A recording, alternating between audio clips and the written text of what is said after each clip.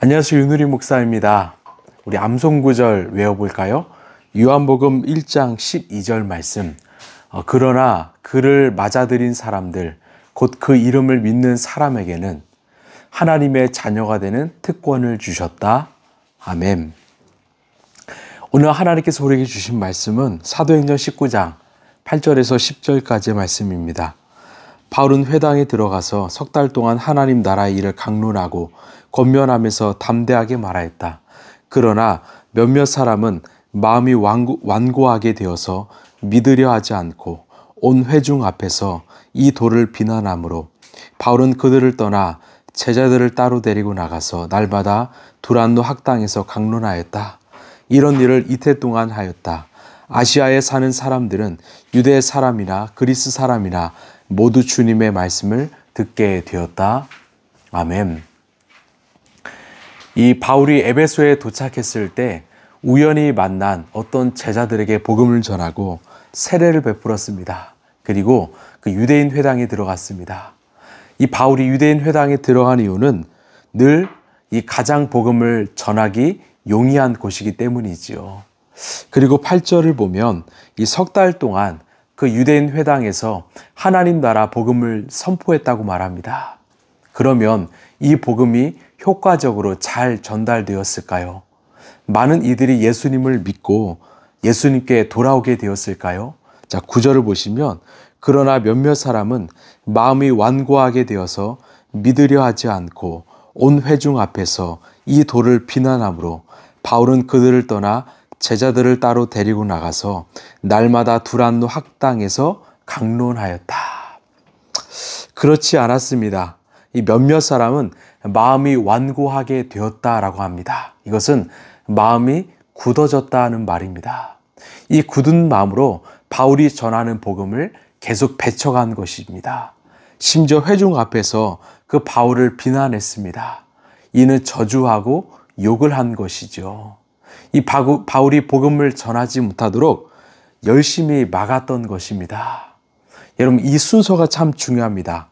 먼저는 이 굳은 마음입니다. 마음이 굳어서 믿으려 하지 않았습니다.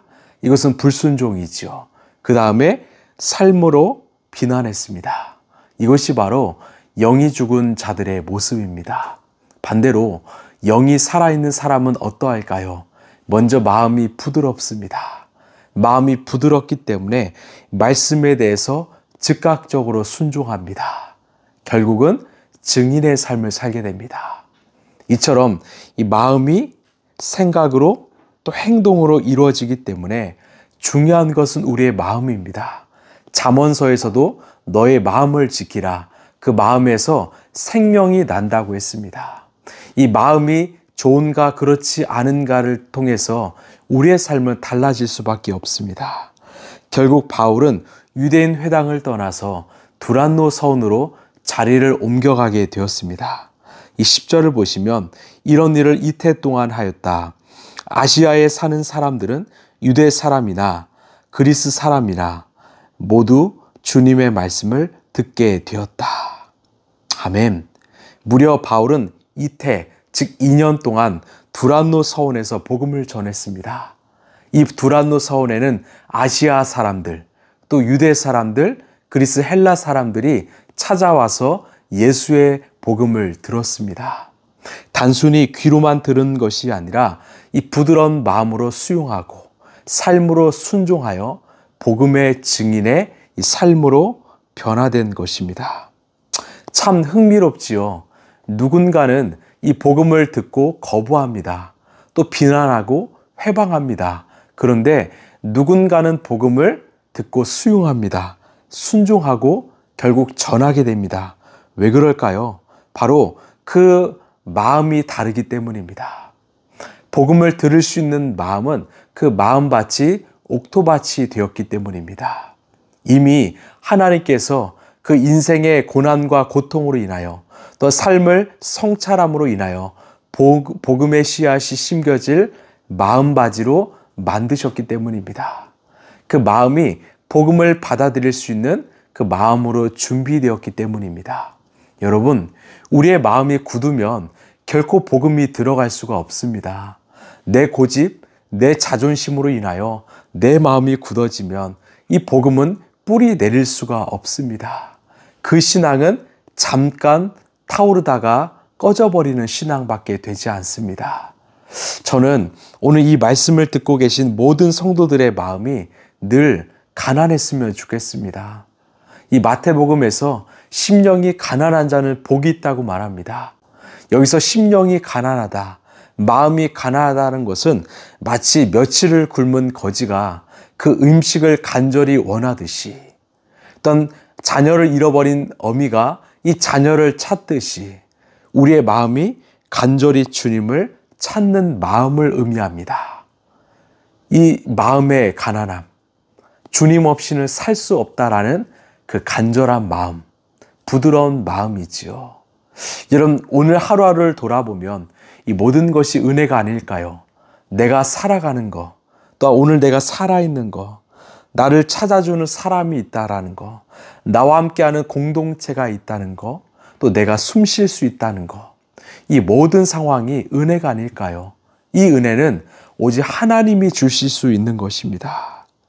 우리가 정말 세상과 같이 썩어 없어질 것에 우리의 관심을 두지 않게 되길 원합니다. 그 세상의 즐거움은요, 잠시 잠깐은 즐거울 수 있지만 결코 내 영혼에는 유익이 되지 않습니다. 이것은 사랑도 마찬가지입니다. 내 힘으로 하는 사랑은요, 내 의지로 하는 사랑은 오히려 상대방에게 해가 될 수도 있습니다. 내 힘이 아니라 예수님의 사랑으로, 십자가의 은혜로 내가 섬기고 헌신할 때 상대방에겐 가장 큰 유익이 되는 사랑입니다. 결국은 이 모든 것의 근원은 우리의 마음입니다. 내 마음은 부드럽습니까? 아니면 딱딱하게 굳어버렸습니까? 날마다 예수님을 바라봄으로, 주님을 간절히 찾음으로 내 마음의 밭을 갈아엎으시길 바랍니다. 주님의 은혜로, 사랑으로 내 마음밭이 옥토밭이 되길 원합니다. 그 인생은요, 정말 기대가 됩니다.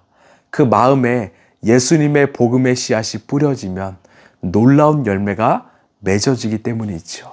그 삶에는 놀라운 하나님의 역사가 가득하기 때문입니다.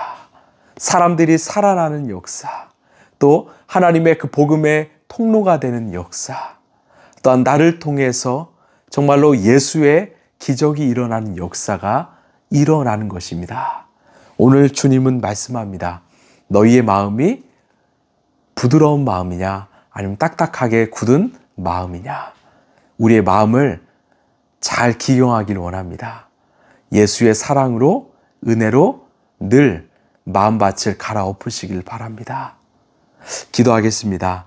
하나님, 내 마음이 문제였습니다. 내 마음이 딱딱하게 굳어 있을 때는 늘 불평과 불만이 가득했습니다. 그러나 주님을 찾고 찾음으로 내 마음이 부드러워질 때는 모든 것이 감사였습니다. 내 마음에 생명이 나오기도 하고 죽음도 나옵니다. 날마다 주님과 동행함으로 내 마음이 부드러운 마음이 되게 하여 주옵소서. 그래서 복음을 받아들이고 또 복음을 전하는 그런 마음이 되게 하여 주옵소서. 모든 걸 주님께 맡깁니다. 사랑이 많으신 예수님 이름으로 기도하옵나이다. 아멘. 바울의 복음을 듣고 사람들의 반응은 두 가지였습니다. 배척하거나 수용하거나. 그 차이는 바로 마음이었습니다. 우리의 마음이 부드러워지기를 원합니다. 그때 우리는 늘 감사할 수 있습니다. 오늘도 예수님과 함께 행복한 동행하시길 바랍니다. 감사합니다.